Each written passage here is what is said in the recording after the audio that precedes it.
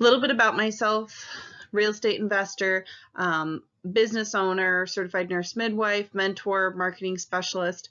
I have about 8 different businesses I run, but these are just the top 3 that people are more familiar with. My contact information if you have any questions. So the rat race cycle, I don't know if anybody's ever heard of it.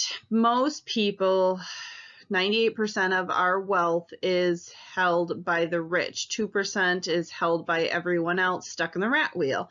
So most of our population, 98% of our population owns 2% of the wealth. And we go to work, we work really hard, we exchange our time for money, we live paycheck to paycheck. Our money goes out in taxes, debt, bills. We can't save any money. We tend to instant gratification. We have a hard time saying, well, let's save up for something. Let's use a credit card and hopefully we can pay it next month.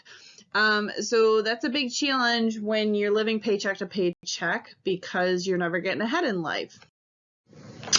My goal with this course is to teach everyone creating financial freedom. There are different ways to get your wealth automated, have a cushion for emergency, have passive income to pay for things, not exchange your time for money, but have your knowledge, your information, the systems you've created are now exchanging for money to support you and your family. So it's a completely different mind shift. This is how the rich think. The middle class thinks, I've got to work really hard to get ahead. So some of the symptoms at the very bottom, this typically is the poor, the fight or flight mentality. The bottom level, the drought. You don't have any savings, you're struggling, your net worth may be 0. It actually could be less than 0. You're having a really, really hard time, and you have to take action. You have to change a little bit by a little bit, but knowing that if you want to get to financial freedom, you have to go up these steps. You have to, the next level is called more that trickle level, where you have to find those holes where expenses, money is leaking out of your finances. Maybe you have subscriptions every month going out. Maybe there's unnecessary taxes you're paying. Maybe there's just things you're buying every month you don't need to. A Starbucks coffee, a movie night. There's different ways to start saving money, get your net worth up, and slowly start taking control of more of your money. The third level is the flow. That's starting to get where more money is coming in than going out, and you're slowly starting to get your net worth up. You're paying off debt, you're building assets, you're building portfolios, rental portfolios, businesses.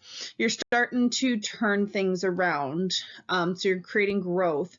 The top part, the financial freedom, is you have lots of savings, you have lots of revenue streams, it's automated. Whether you're awake, you're sleeping, you're eating, you are still making money.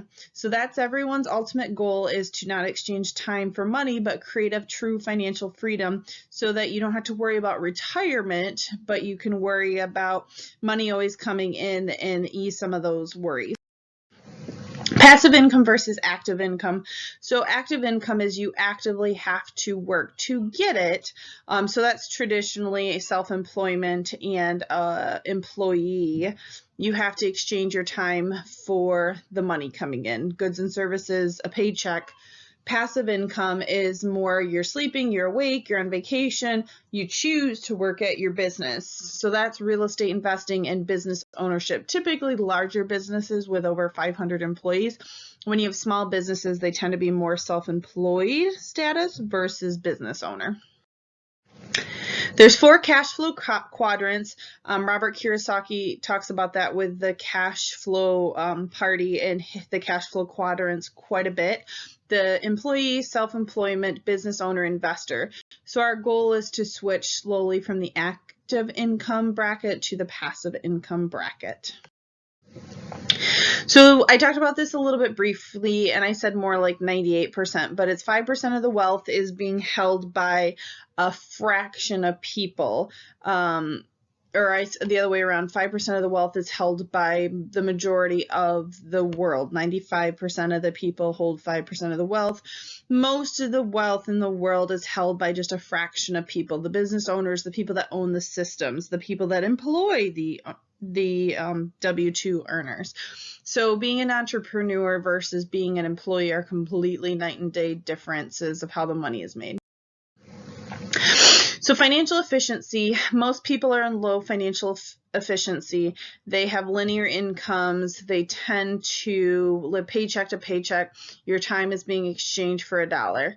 High financial efficiency is an entrepreneur. Your time isn't being exchanged anymore. You're creating mastermind teams. You're using your knowledge and utilizing other people's time to make you money.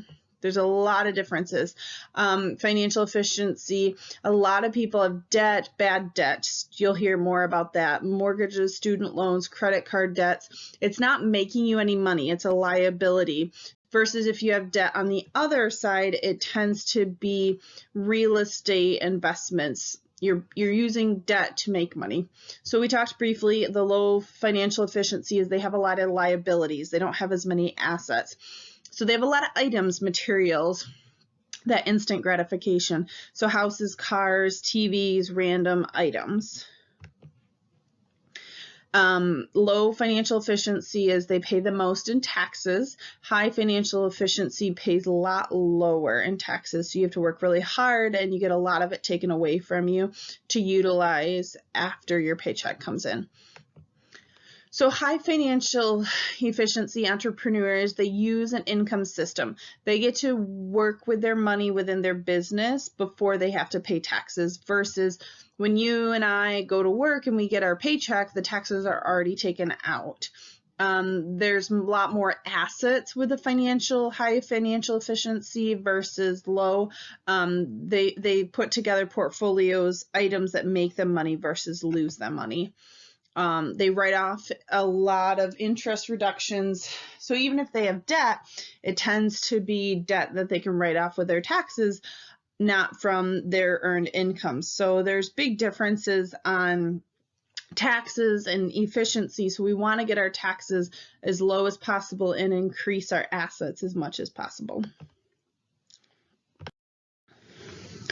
So a typical American home, it's split pretty evenly. You pay a third for taxes before you even get your paycheck. You pay a third for interest and debt, and you pay for a third for living expenses, your utilities, your food, your entertainment.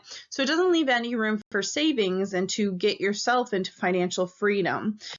I want everyone to look at this bracket, and this is more how an entrepreneur lives.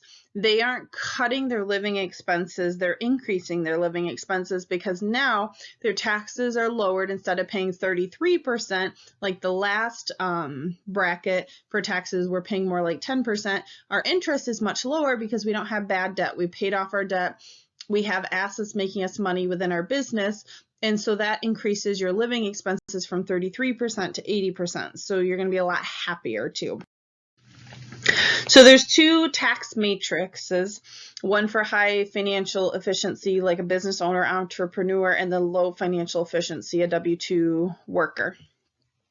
So 100% of what you make, Social Security numbers, what it goes through on taxes, then you would get off your 1/3 of taxes. Then you get 50% to spend on your everyday needs, then your life tax, and you're left with about 7% for saving and investing, which is very, very difficult. That's if you don't have all the high interest debts like grad school debt and other things to pay off. I want everyone to be in the cash flow of a high financial efficiency. An EIN number has to do with your business identity, whether you have an LLC, a C corporation, an S corporation. It's a very different tax stream. So there isn't any money the government takes out right away. You're using that money to make money with your business. And then once a year, you look at your income and expenses, and then you pay taxes on the stuff that you made profits on. So if you had $100,000 come in that year, but you had $100,000 in business write-offs to improve your business, you don't pay anything in taxes. And now you've got your own use of 50% of it just to do everyday expenses, just like down below. And then the life tax doesn't change. That's more for like emergency use, schools, just everything that even investors typically have to pay for. So now you have, after taxes, about 40% of your income to use for reinvesting, paying off debt, looking at other revenue streams versus the down below only 7%. So that's a big thing with business deductions. You can get a lot of tax write-offs that'll lower your annual gross income versus in W-2, there's very little deductions you can have for your business. So the big difference controlling things, when you are the business owner and you have assets versus liabilities, you get a lot bigger savings and investment potential compared to just working for somebody else. And I'm not saying working for somebody else is bad, but consider starting your own side business on evenings and weekends to start getting some financial revenue other directions. So reinforcing the investing aspect, a low financial efficiency versus high financial efficiency, there is just massive differences. So someone in a low financial efficiency will look at, yay, I'm going to make 1% on a CD or a bond, and I'm investing. And someone else that's an entrepreneur, an investor, they look at returns a lot higher. They look at things that the average American would say is risky.